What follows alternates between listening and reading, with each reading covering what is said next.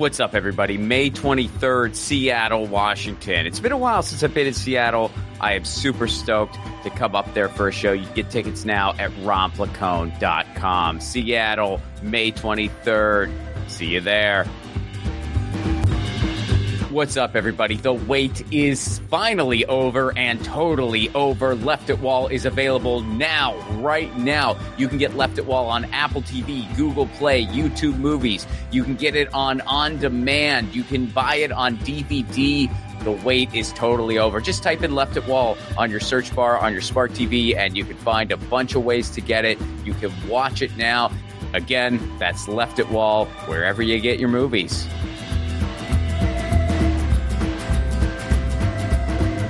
Episode 84, Nate Golon. Nate Golon is a filmmaker, producer, educator, and world traveler. I saw him speak at a panel at WonderCon, and he mentioned that he sold a series to Hulu and then decided to walk away from all of it and go live in Japan. Okay, I gotta get this guy's story. Creativity, passion, life's journey. This is what 1000 is all about. Please welcome to the show, Nate Golon.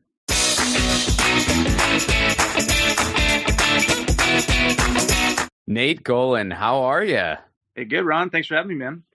Dude, thanks for doing this. I'm really excited to talk to you. Really excited to learn more about you.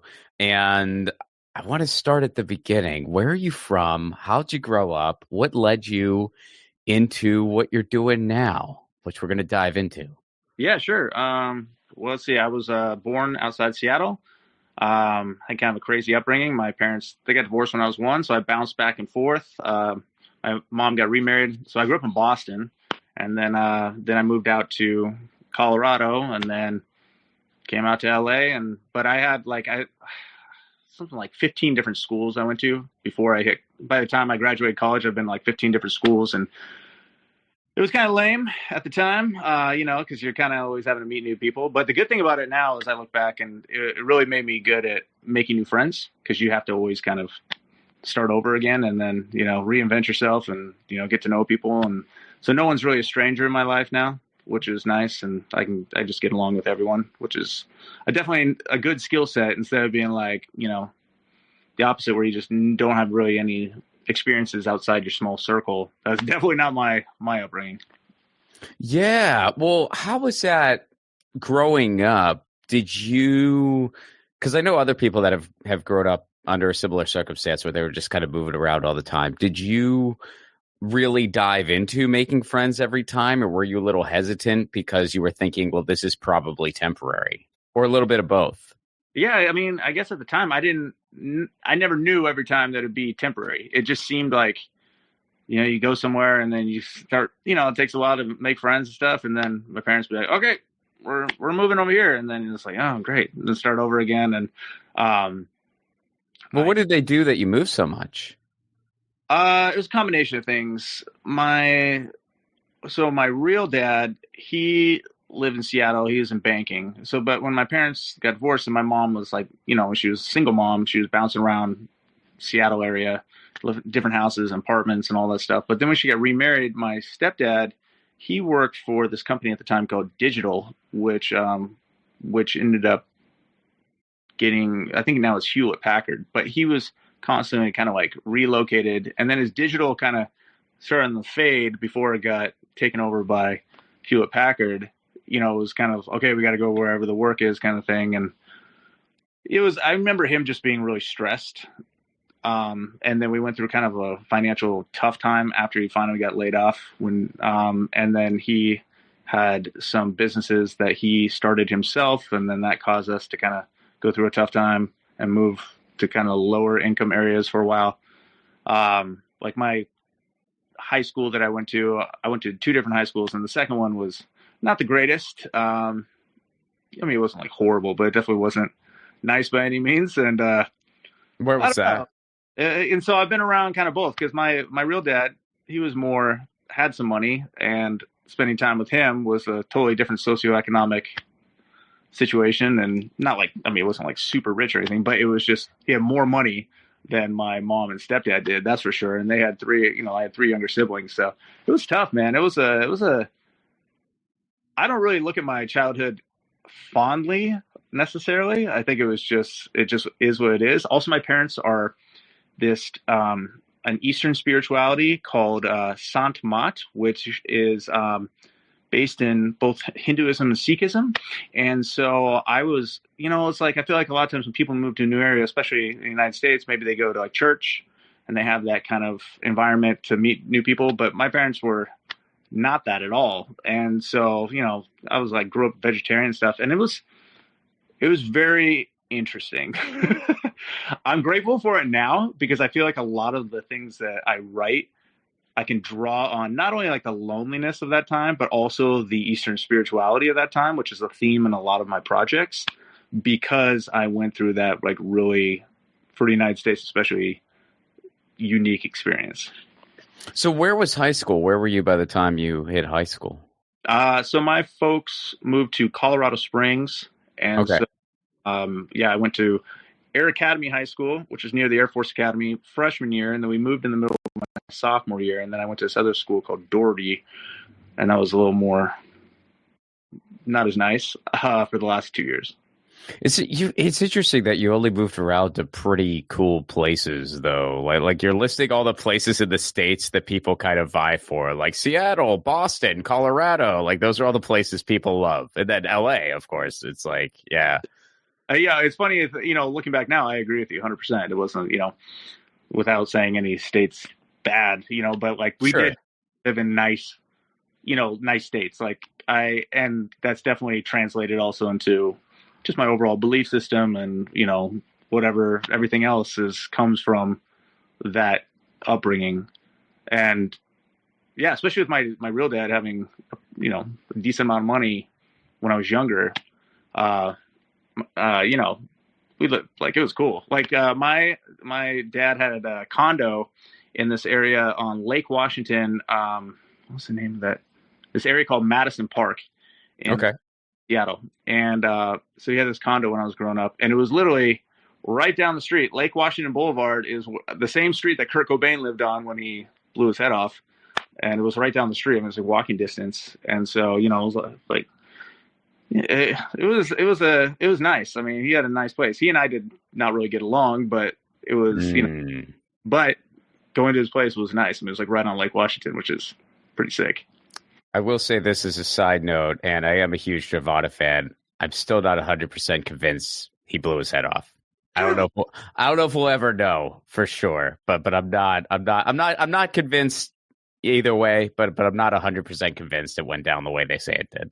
I have definitely had those thoughts as well, without really knowing. We don't need to dive down that rabbit hole, but I've definitely had those thoughts as well. I mean, he was really suffering. He was, but who's to know? I wasn't there. I wasn't in his house. Me neither, man. Me neither. I lived in Fremont for 3 years. Oh, you did? Yeah. I pretty much, I didn't like start, but for the most part, I started comedy in Seattle. Oh, cool. Because I had like tried stand up a few times right out of college. And then I was just, out of college, ready for a new adventure, decided to go up to Seattle. And that was where I, really found out how to do stand up and what it meant to be in a comedy scene and what it meant to, really pursue stand up and stuff like that. It was up in Seattle. So yeah, I lived there for 3 years. I loved it up there. Fremont's awesome. Fremont's so cool, man. Last time I went back, it had changed a lot. And this was actually a long time ago. The last time I was in Fremont was 2016. But it had changed so much from when I had lived there. I lived there from 2007 to 2010. Was it less eclectic? Is that what you mean? It was just way more condensed, which I know might sound a little weird because it was always a pretty, a pretty dense neighborhood, but it was even more dense. And it had definitely gotten a lot more expensive. I mean, just for giggles, I kind of looked up, my old apartment and whatnot. And my old apartment in Fremont is more expensive than a lot of stuff in LA. And yeah, dude. And back then, I mean, Seattle was never necessarily cheap, as I'm sure you can speak to as well. But a neighborhood like Fremont, you could you could get by. It wasn't so, like you. I was an office temp by day and getting stoned at comedy clubs by night, and Nice. I made, and I made enough to survive there just fine. I don't think you could do that anymore. Yeah, you probably need roommates now. I mean, I haven't been back up there in a while. My dad, who has since passed, he moved to Bainbridge Island. I don't know if you're familiar with Bainbridge Island. Oh yeah, I'd love taking that ferry. There's a really good tea shop out there too. A tea shop? Yeah, there was this random. I think it's been there forever, so I'm assuming it's still around. But it's this like giant tea shop on Bainbridge Island. Nice. I forget what it's called, but yeah, they moved to Bainbridge, and then of course that's really removed. They lived on the back end of the island too, so where the ferry comes in, like literally it takes. And they lit. I mean, it was a really nice spot that they had.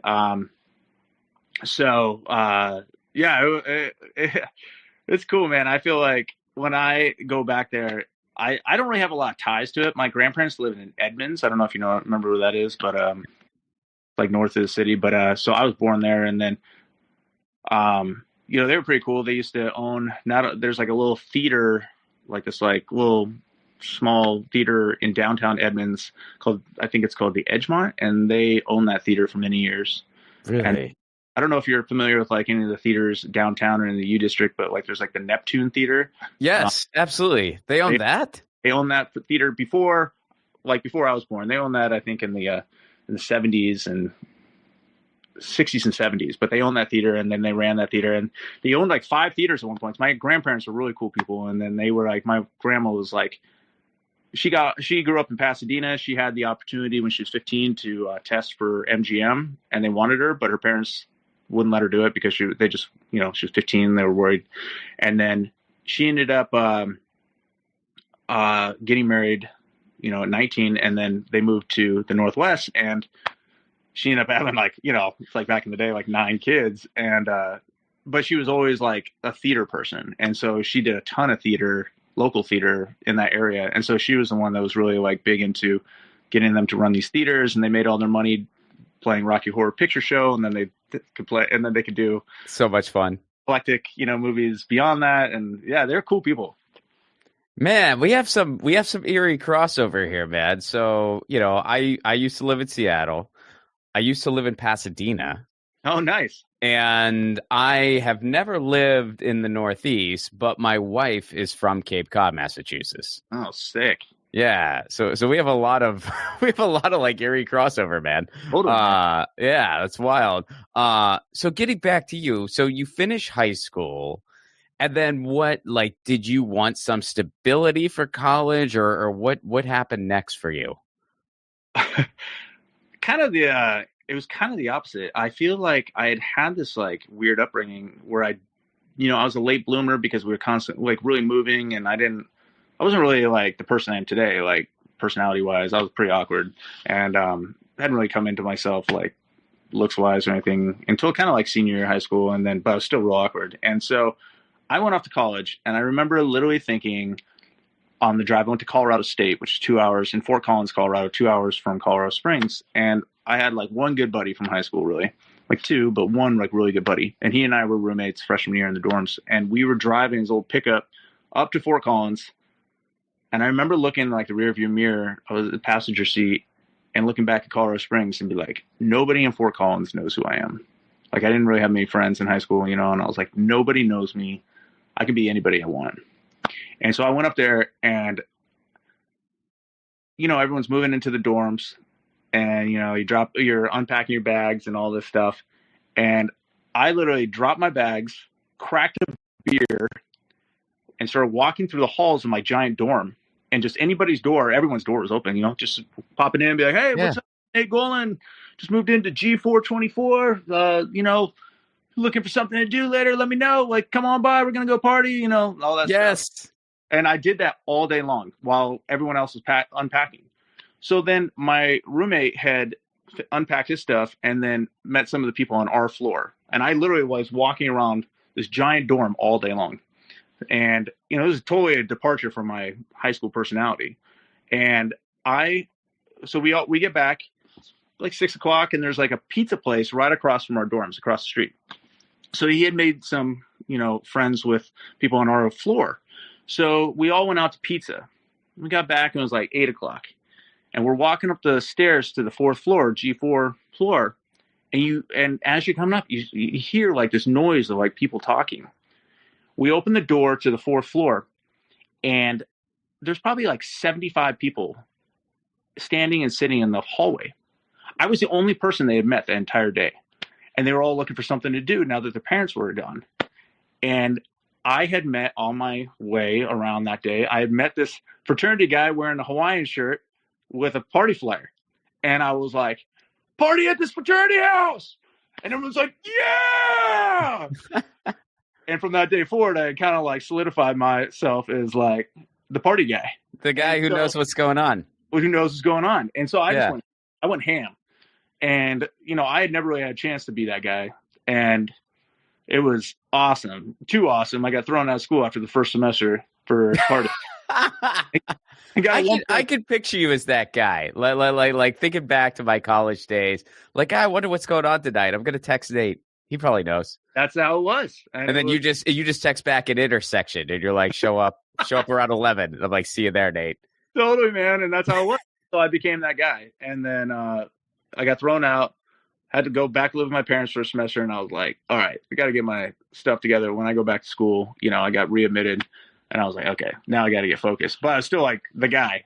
But then it just kind of expanded on itself. And then I realized after a little while, I was like, oh man, I'm like really good at speaking in front of people and,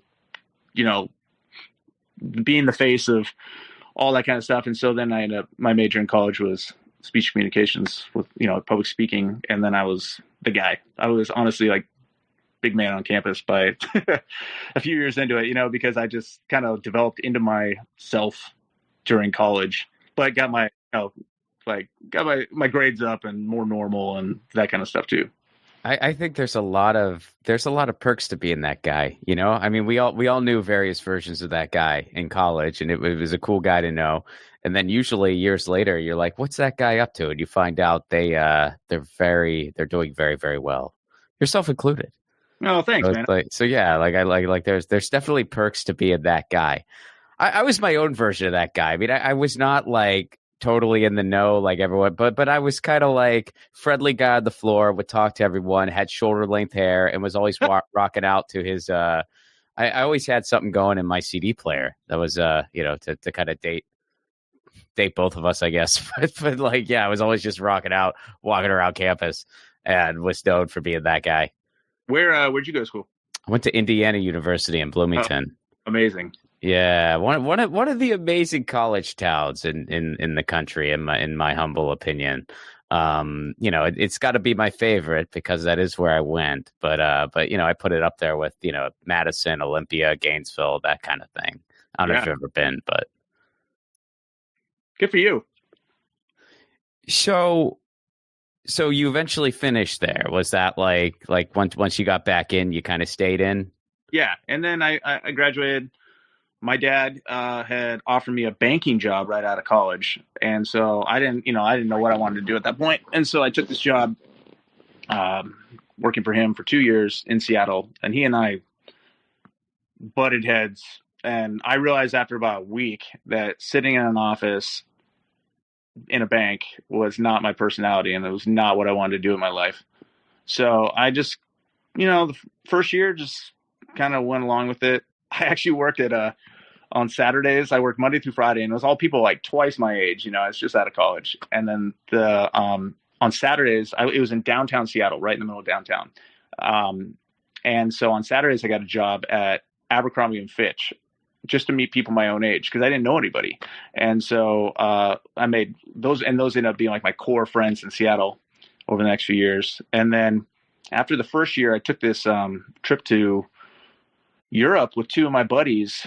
We were all single guys at the time, and just had the most amazing experience. And it was the first time I'd really been on my own overseas, and I was like, oh my God, the world's amazing. Like there's so much more to see.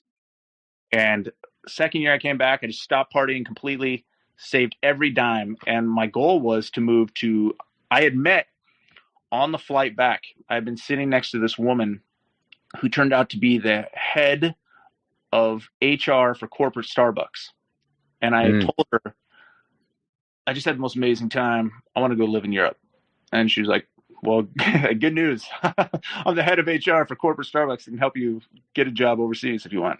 So second year, I was like, okay, I'm going to go live in Spain and work at Starbucks and just have that experience. And so I saved up every dime and all this stuff. And then, I've been working at Abercrombie. And so, I was doing some like modeling kind of stuff at the time. And I was like, oh, maybe I can get like some commercial work or, like I've never done any acting stuff, but maybe I could do like some acting or commercial work or modeling stuff in Europe. That'd be a cool way to make some money. And so I was like, I'll take an acting class in Seattle. And there's a theater school on Capitol Hill called Freehold Theater. And I took a class that fall. And then I was like, oh, wait, this is what I actually like. It was the first time in my life I was really like interested in something, like really interested. I was like, wow, like there's so much to learn. There's so much, like an endless exploration of yourself. I feel like the one thing I look back now, I really didn't have any understanding of myself as a human being. I was just kind of LIVIN, just kind of going through the process of life. And so it was the first time I kind of was like, oh, wow, okay, this is like how how it works. And, like, this is how people, like unconsciously, you're going through your days and you have your, like, this is your motivation to go do something. And then an obstacle comes in your way and and this is how you resolve that obstacle. And this is, I don't know. I just found it like fascinating. And I took another class and all of a sudden I was like, I'm not moving to Europe. I'm going to move to LA. And then moved out here the next year and been doing the thing ever since, on and off. So now that we got to LA, here's another detour that I wanted to make with you. You mentioned this in the panel I saw you on, and I also saw this on your writing website. You headed out to Japan for a while. Unpack that for me. So I came to LA to be an actor, and after the first year of just trying to get auditions and stuff, and I was like, this sucks, like waiting around, and I hated it. I hated waiting around, and I was like, I'll try writing something, for myself to be in. And I'd never written anything before, and I wrote this comedy, like short form series, about all my experiences where I met all these archetypes of different actors, and during my time there, and during that first year, and so I wrote like 3 guys, 3 girls going through this experience, like a Friends of actors, kind of like vibe, where they meet in these things called casting director workshops, where you pay money to be seen in front of casting directors, and you do scenes, and you hope that you get picked, and then that they think of you and they bring you in. And I found it to be a huge scam, and I like wasted all this money. So that little thing that I wrote, I directed and produced, directed was a different guy, but I produced it, starred in it, one of the 6 play, and then it took off like immediately, and ended up getting all these write-ups and then doing really well. And then I was able to raise a bunch of money, do the next season, and got a Hulu deal. And that was the first thing I ever wrote. And I was like, whoa, this is great. This is more like the vibe. This is what I like to do, like writing, producing. So then I made a short film, and they got a Netflix deal. And then I made another project, and then it had a whole bunch of TV stars in it. And everything it was a crazy time. And it was, that series of events I was making, and there was like some other indie projects too. It was probably 3.5 years, 3.5 years making these projects. And I had come out here to LA with this girlfriend that I had met in Seattle, who worked at Abercrombie & Fitch. And so she moved out here with me, and while I was thriving, she was miserable because she didn't really have any place in LA and didn't really have any interest in the entertainment industry. So after that project had a whole bunch of TV stars, we were just butting heads all the time, and I felt like we were both miserable. And so I broke up with her, and thinking, okay, now I can just focus only on my stuff. Well, focusing only on your industry stuff and nothing else is a great way to be miserable. Like, you need to have a healthy personal life too. And that year that I was getting that project edited and then released, I was super depressed. Like, all of a sudden I was like, oh my God, I made the hugest mistake. Like, what's even important to me? Like, why is like all I care about just being like this, like famous or like huge success. Like nothing else matters. Like I don't put any effort into anybody or anything else other than just this goal. So that project came and went. I released it, and then I just sold everything and moved to Japan. And I just needed to like tap out and figure out who I was as a person, because I felt like I was just so mentally exhausted, and I've been pushing myself so hard since I moved to LA, like nonstop. And then I was like, for what? Like now I'm like single guy with no, like, okay, I got some projects and that's cool, but like, that's it. Like that's me. Like that's like my purpose in life. Like that's pretty empty. And it felt pretty empty at that point. I feel like I still have a bunch of questions, but a side note on everything you just said too. I feel like a lot of people in the creative world underestimate how miserable and draining post-production hell can really be. Like I can honestly say last year, 2024, was probably the worst year of my life overall. Like just when all is said and done, worst year of my life. And a big reason for that was I was in a lot of post-production hell with my first feature. And, at the end of the day, I'm glad I went through it because I'll be better prepared for next time, way better prepared. And at the end of the day, I'm glad it's finally out there into the world. But man, that process, especially when you've never done it before and you're all on your own and you don't have some big team, which is my situation. I don't know if it was yours, but that was my situation. Man, it can just drain the hell out of you. But yeah, why Japan though? It was like the farthest place from LA I could find. I had actually reached out to a few of my college buddies who had, after college, taught in South Korea, in Seoul. And so that summer, before I went to Japan, I had been taking a Korean class at the Korean Cultural Center here in Los Angeles with the idea, okay, I'll do what they did, go to Seoul. And I applied to a bunch of places, and I just couldn't get hired. Like I kept applying, having interviews, and just did not work out. And then I started being like, well, I'm like vegetarian. Korean culture is a lot of meat, not really, it's not really vegetarian at all. And I was like, I don't know, like maybe I should look at other countries. And then I was like, well, why not Japan? Japan, that'd be a cool experience.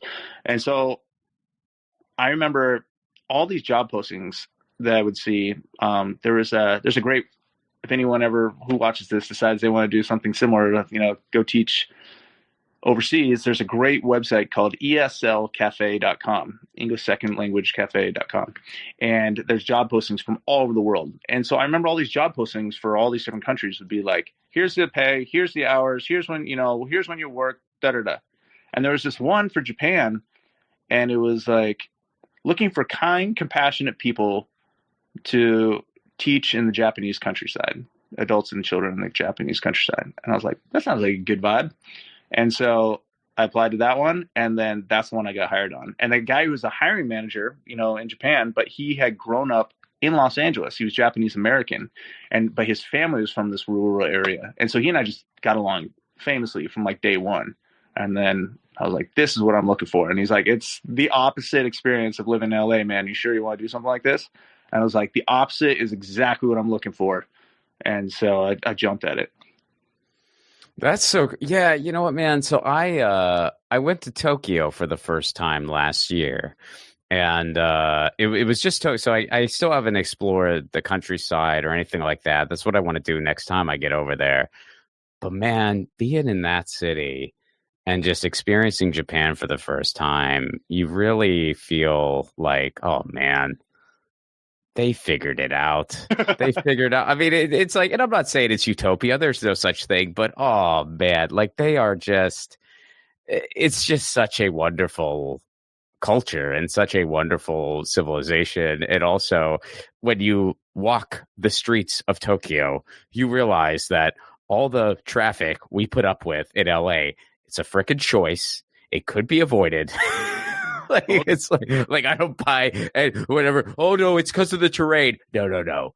Tokyo. Go to Tokyo. This is a choice. We don't have to live this way. And I feel like, I don't know. I mean, there's a lot of things. I mean, so once I got to Japan, and I was really in like self-exploration mode, but I So every day that I wasn't working this teaching job, I would go take the train somewhere, just to see. First it was in the rural areas around me, and then it finally expanded to like the bigger cities. And I ended up meeting so many people, so many Japanese friends. Anyone who could speak any English became my friend. And then any foreigners that I met along the way who were usually fellow teachers. And I would always ask them, like, oh, how long have you been here? And like, oh, I came for a year, but I've been here for 7. Oh, I came here for a year, but now I'm on year 10. Oh, I came here for a year, now I'm on year 12. And I was like, yeah, I get it. Because it really is, like you said, they kind of got it figured out. And it's amazing. It's so beautiful. People are kind. It's super safe.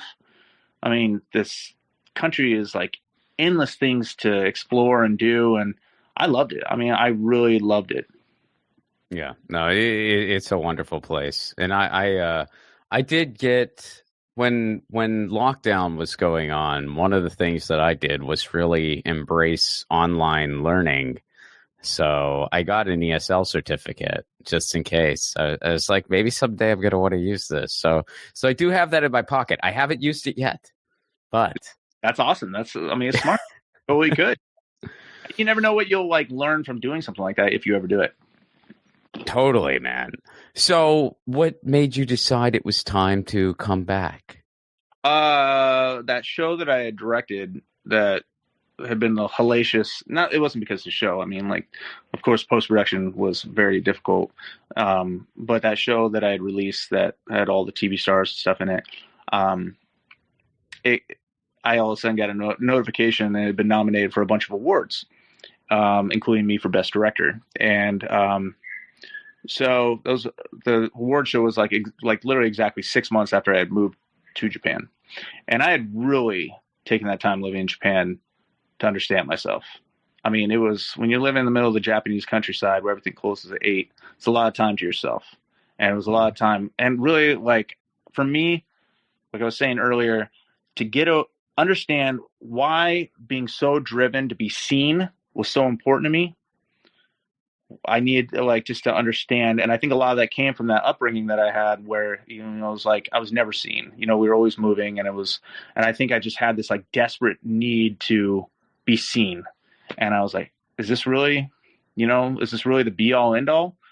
And so it was good because I learned so much really about myself as a person during that time.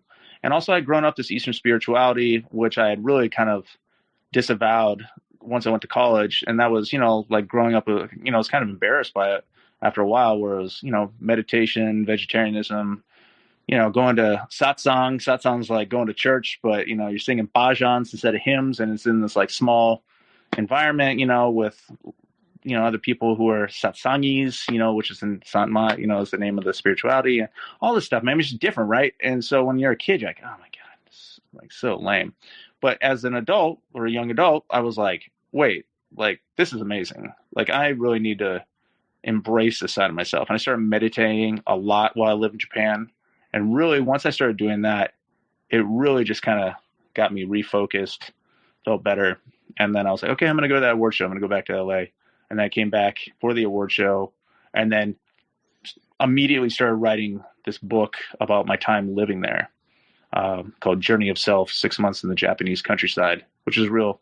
I call it now like Eat, Pray, Love for Men, set in small town Japan. But it's really about that time and just kind of, who am I? So do you feel like you have a better balance now? Like, did that experience kind of recenter you, and now you can kind of strike that, I guess, for lack of a better way to put it, like work-life balance? Definitely. I think that I came back and it was almost like the opposite, where I was so out of the loop of LA for a while that I was like, I don't care. Like, who cares? Like, I came back to this award show, and then I wrote this book, and then I self-published this book, and it did really well. And I was like, I don't know if I care anymore. Like, but I live here again, and there's a weird feeling not to care. And then I was still kind of in this vagabond mode where I wrote like a book of monologue. I went back to this old acting class that I had taken the first year and watched people put up the same material I'd seen like all the time in class. And I was like, I'm going to write a book of original monologues for actors, for those classes and stuff. And so I wrote that. And then I wrote season 3 of that Hulu show they had done. But I just wasn't motivated to like make the season of it. I didn't have that same drive. And it kind of freaked me out because I was like, oh no, maybe I've lost this. Like, it was like, I felt like it was a double-edged sword where I lost the drive that was kind of propelling me forward before I went to Japan. And I just kind of road tripped and explored and hiked LA into oblivion. Like every hiking trail in LA I've done and I just went through this phase. And then it was really only, I had this significant moment in my life. And that is, at the beginning of 2018, I worked like a restaurant job. And one of the actresses that I had cast in that show that I did right before I left, her name's Cindy Pickett, and she's most famous for being Ferris Bueller's mom in Ferris Bueller's Day Off. So she played the mom of the main character in that show I had done. And she came into the restaurant. We were Facebook friends. We'd become Facebook friends after that show. And but she came into this restaurant that I worked at the beginning of 2018. And I didn't know she had adult children, but she came in with her 2 adult children, and her daughter is now my wife. And so once I met my now wife through Cindy, that really kind of like that grounding force of having like a really healthy, happy, sustaining relationship. All of a sudden I was like, oh, I feel like really motivated to write again and start like doing it again. And then the last, 4 or 5 years, I've written like 12 new projects, and that's kind of where I am now. That's awesome, man. So one of the things, like you mentioned your spirituality, and one of the things I noticed just going through your list of projects, something that comes up, not all the time, but I would say somewhat frequently, and feel free to let me know if you agree or disagree with this, but I feel like mortality comes up somewhat regularly in your work. So what's kind of your take on mortality, and does your spirituality blend into that, and kind of unpack all that for me? That's a really great question, actually. And good call noticing that. I do feel like that is like a common theme, and beyond that original project, but like in general, like common theme is like death and mortality and what we do with our time here and what happens beyond here. And I think a lot of that does stem from that upbringing that I had. Like for Sant Mat, like you're freeing yourself of the mortal coils essentially. And, like, what's it called? I wish my cousin was here who's like super into it. But anyways, Maya, it's called Maya, like that this is an illusion. Okay. And that really like, we're just working on ourselves to progress and beyond here and all the things that we can't see, once we pass away. And that there's like different levels of stages of what would be the right word? There's like 7 levels of, you're trying to reach the 7th level of bliss or whatever it is, but it comes from like lifetimes of learning and becoming better and, like sorting through all the faults that you have, et cetera, et cetera, et cetera. And to reach a level of essentially existence, called an area called Sachkan. And Sachkan is where you've kind of gone through and learned and perfected yourself. And so going back to the mortality thing, I think that's just there, this kind of like, obviously I'm not like super wise on everything to do with Sant Mat, but I feel like just that theme of what do you do when you're during your time here? I mean, I think the project that I have right now, this feature film that's like really close to being made, it's called 130 Million Breaths. And it's set in a world, it's a sci-fi one, it's set in a world where they've scientifically figured out when you have a child, you can choose to know how many breaths your child is going to take in life. They figured out a way to know. And you can even keep track with like a counter on your child's arm. And the reason you want to know is because corporations demand it. If you want to work at any corporation, you need to be a known commodity. And, insurance demands it. You don't have to know, but then your child's kind of relegated to can only go so far in life. And it's about these parents who have a child, and that child has 130 million breaths, which is 15 and a half years old. And then it's, how do you raise a child when you know exactly how many breaths they're going to take? What's like the right way for them to live? Do you give them the best life ever, but then they breathe faster because they're stimulated all the time and then they don't last as long?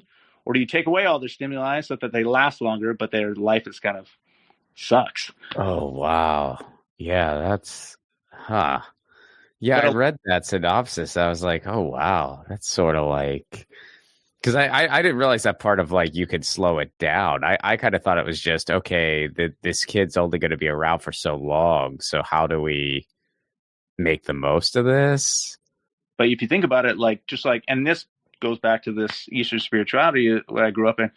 My mom always used to say, the guru says that each person has a number of breaths that they take in life. We don't know, but the guru knows. And I kind of took that idea and turned it into this concept. But then if you think about it, all this like meditation, which is also a theme in a lot of my like modern projects, like meditation and, not hammering over your head or anything about it, but just kind of it's in there.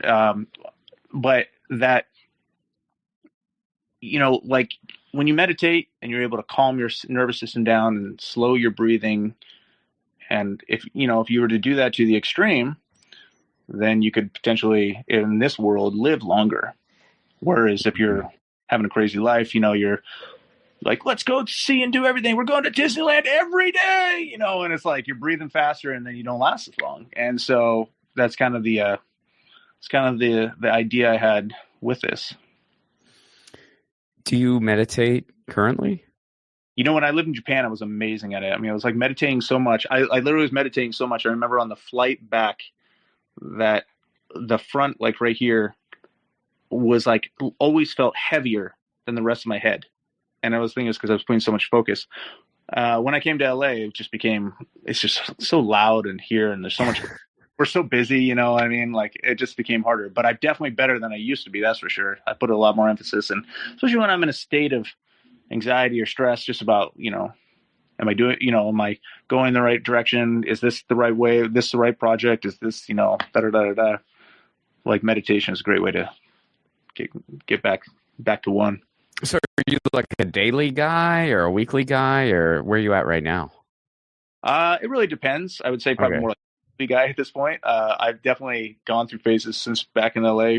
Have you ever been to, what's it called? Lake Shrine? Mm-mm. It's, dude, it's amazing if you've never been there. It was fortunately saved during the Giant Palisades fire, but it's down kind of like on Sunset in the PCH, and it's this guy, this yogi Yogananda, built this giant, or not giant, but like a small lake right off Sunset near the beach that has palm trees, 360 around it, has like an old houseboat floating in it. There's like a windmill that you can like meditate in. There's like a waterfall. There's all these swans everywhere. It's super chill. And I would go over there a lot of times, especially when I was a single guy, after I came back, and go meditate there and just have peaceful days and stuff, just to kind of keep up that vibe. No, that's awesome. For a while, I was practicing Nichiren Buddhism. And I found just like reading the daily philosophies and, the chanting, like I just found it really therapeutic and helpful in my life.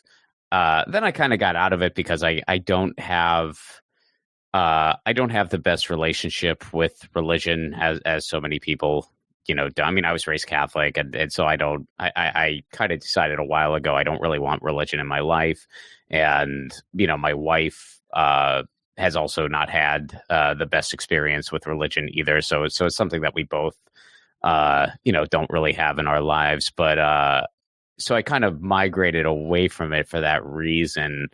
But then I've also come to the realization, like, well, you can always just have it your own way. Like you can always just have like a spirituality practice your own way, and anything that you're just not wanting to be a part of, you can just leave off to the side. So that's kind of where I'm at now, like, trying to maybe reconnect in some way. Yeah, I don't think. I mean, I feel like there's no rules except for the rules that we self-impose. Sure. I think I mean, I think that's a healthy way to be, and I think it's like, anytime anyone tries to tell me no, this is the way it is, I'm like, oh really? Like, I'll take my chances, kind of figuring out my own way as far as spirituality goes and religion goes and everything. And I'm not like, I'll always be devoted to, I mean, this Satma is my thing, but I'll never be someone who's like super intense about it.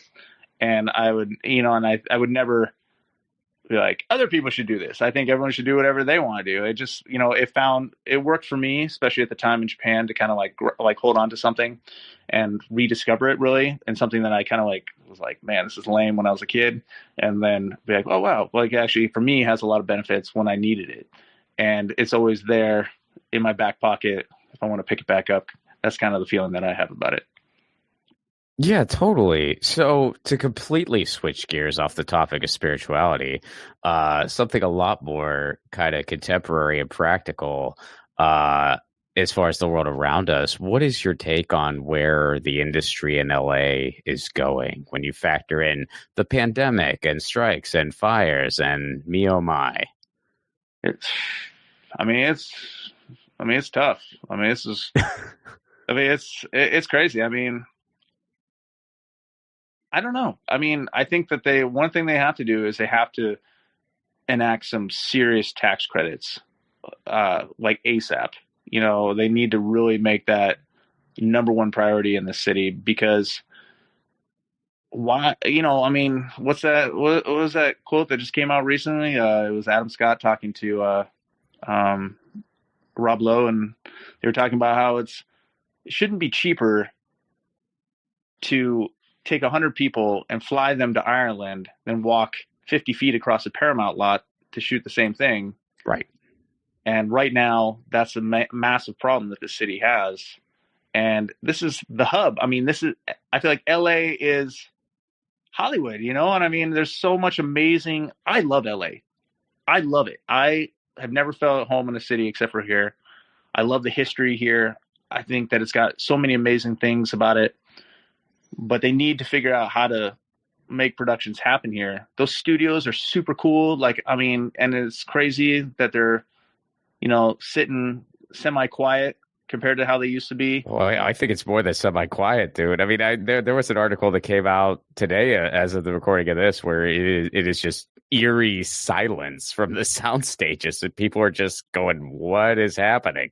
Totally, man. And I think a lot of that is the policies that were enacted, and not putting emphasis on tax credits, while, you have a state like Georgia, which has an unlimited cap for, for credits and rebates, their specific credits and rebates. And, Europe has amazing ones, and, and of course, all these various countries. And it's like, either get with the program or, I feel like the one thing LA has is a lot of the major stars live here, and a lot of the big decision makers live here. So it's still here, but everything's just being outsourced, to different states and different countries to shoot the actual projects. But everyone lives here. So it's just bring the projects back and make it more convenient for the people that you're actually casting, who are going to be the stars of these things. To me, it's like a no-brainer. And I hope it does happen, because I mean, that's the fun part. I mean, that's a fun part about the business, is filming projects. I mean, you were saying that like post-production is hell, but filming is, dude, the best feeling. It's a lot of fun. Oh, it's the best. I mean, there is no better feeling when I was trying to be an actor than booking something and showing up for a day or a few days and filming it. And then when it was my own projects, like putting it together and showing up every day and running the show, that's the fun part. And like, don't take the fun part and give it to some faraway place when you could have it here. What do you like better, being in charge or being on someone else's set? I have zero interest, honestly, like, especially for acting. Like, I could care less. I am passionate about my own projects. Right on. Yeah. I more power to everyone with their projects and stuff. And like, if somebody, hired me to produce something or, direct something, of course I'll be all in, but I learned right away when I was making my first project that I'm most passionate and will go to any extremes, the ends of the earth to make my project a success and make it happen, to the detriment of my personal life the first time around. But now I know that about myself. It's I kind of am the same way. Like I do love doing my own projects, and I always love having something in production. However, on the same note, it is really nice when you're just on somebody else's set and you're just playing a part that you're enjoying, and you're just there to. It's a lot less stress. It's a lot less stress when you're just like, oh, it's lunchtime, cool. Yeah, I'm gonna run lines. Tell me when you need me. And yeah, and I feel like if you have experience directing / producing, you're going to be a better cast member on someone else's set, because you're going to be able to relate to what they're going through, and you're just going to be like a helpful cast member that they like having around. 100%. I feel like it's I don't know. I think one of the things I didn't like was you get cast in something. Okay, you got to be here at 8, and then you shoot at 3 in the afternoon, and you're like. It's like extra exhausting for some reason to sit there in waiting, and even though it's like, and then it's so exciting, but sometimes like you're shooting something, you get booked in something, and like, okay, you're up, and then it's 3, and then okay, you're wrapped, it's 3:45, and then it was like 45 minutes of like, that was awesome. Where to me, showing up every day on set for my own project and putting in 12 hours of me just like managing people and figuring out like the shots and like how much can we get done on this day and what's next, and that to me is my happy place. Like I remember I had this experience when we were shooting it's called My Synthesized Life. That was a show where I eventually met Cindy, who introduced me to my wife. But when we were shooting My Synthesized Life, that I was directing it, and we were shooting, it was just another day. We were in production for a month and a half, and it was just a day on set, and I was just working with the main guy that I cast, and we were just like in an office scene, but there was a lot of people around, behind me, and like there was a staging area for the next scene and all that stuff, and he was going through his he was doing his take, and I remember just like kind of like getting like blinking and looking around, and I was like, whoa, I was like, this is the happiest moment of my entire life. Like right now, like it was like, I was like, I've never been happier than this exact second. And that kind of feeling is what I like, is that feeling of like, I did this, I put this whole thing together with the help of a lot of other people, but it's like, this is my project, and look at this. And there's somebody else is saying words that I wrote down at some point and is now manifested into like a reality. I love that, man. So tell everyone where they can learn more about you. Where can they find your book? Where can they watch? I know you got a lot of stuff out now. Go ahead and rattle off the list for everybody. All right, thanks, man. Let's see. So, if you want to check out my book about living in Japan, it's called Journey of Self: 6 Months in the Japanese Countryside. It's on Amazon in Kindle and print, and then a lot of stuff that I did early on is not, I guess it's on YouTube somewhere. At this point, it's been a while since I did those things. And then I just really have a lot of projects coming up in the near future. But I think probably to me, like the most interesting way to like follow me is just, kind of see what's going on. It's just either on Instagram or X at Nate Golon. Because like, I like Instagram because you can look at my featured stories and it has like, at the top there, all the featured stories, and has like, they're all just my different projects that are in various stages of development right now. So it's like any updates, I like they end up in those featured stories. And then like my Japan pictures, all the pictures I took while I lived there, they're all in my featured stories. So you can just like go through, and then especially if like people who read my book, then it's like that whole, you can like see it. And, and then with like, it's got some like, what do you call it? My featured posts on Instagram have my, kind of like a teaser trailer for like some new projects and just fun stuff. And then X, I don't know, I just post some stuff that sometimes people like, and other times it has like 5 likes. Sure. Yep. Yeah. That's how it is on every platform these days. It's just, sometimes a lot of people like it. Other times, well, I guess that one was for me. And yeah. But I think, just in general, man, I think I'm grateful for that earlier time. I feel like my life is kind of broken into like a few segments, and that early time pre-Japan and all the stuff I pounded out originally. And then now it's like all this new stuff that's like right there on the cusp it's exciting for me. I mean, it's right there, man. And I feel like it's just a very short amount of time before I could have a conversation and be like, and now we're in production for this, and now we're in production for that. So it's a nice feeling. Nate, thanks so much for doing this. Yeah, Ron, I appreciate you, man. Glad we met. That was Nate Golon. Check out all of his stuff. That's another situation. He doesn't need me. People are watching his stuff on Netflix, on Hulu. He doesn't need the 1,000 bump. But it was awesome to talk to him. Music for the 1,000 podcast is provided by Andrew Saxonell. Be sure to check out his podcast, the Baywatching Podcast, wherever you get your podcasts.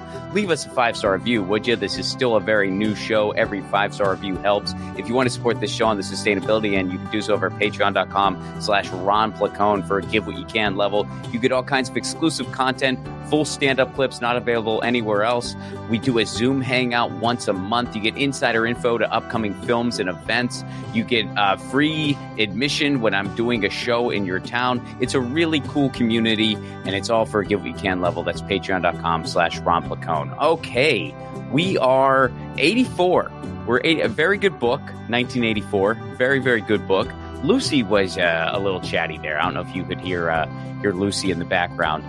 But we are 1984, Mr. Orwell. That would have been an interesting interview. That's not an interview that's possible. Maybe that's a sub-theme that I'll do at some point throughout these series. Interviews that were not possible due to time and space and mortality. And what I would like to have asked them if it would have been possible for them to be one of the 1,000. That'd be interesting. All right. We're getting further into the 80s decade. Officially millennials. Catch you next week.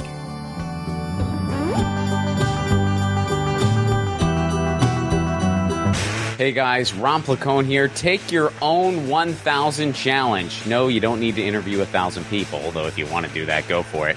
Your 1,000 challenge can be whatever you want. Maybe you want to call a friend out of the blue once a week. Maybe you want to read a book every month. Maybe you want to start a different garden every season. I guess that might be dependent on where you live. Look, the point of the challenge is taking on an endeavor that enriches your life in some way, and it can be measured. And then, of course, you do it regularly. That's what 1,000 is doing for me, and hopefully for you too. The main reason for this podcast and every podcast I've ever done is to build community. So take your own challenge. Then join our Facebook group. It's called 1,000 What's Your Challenge? ? That's 1,000 What's Your Challenge ? And post about what your 1,000 challenge is and the progress you're making.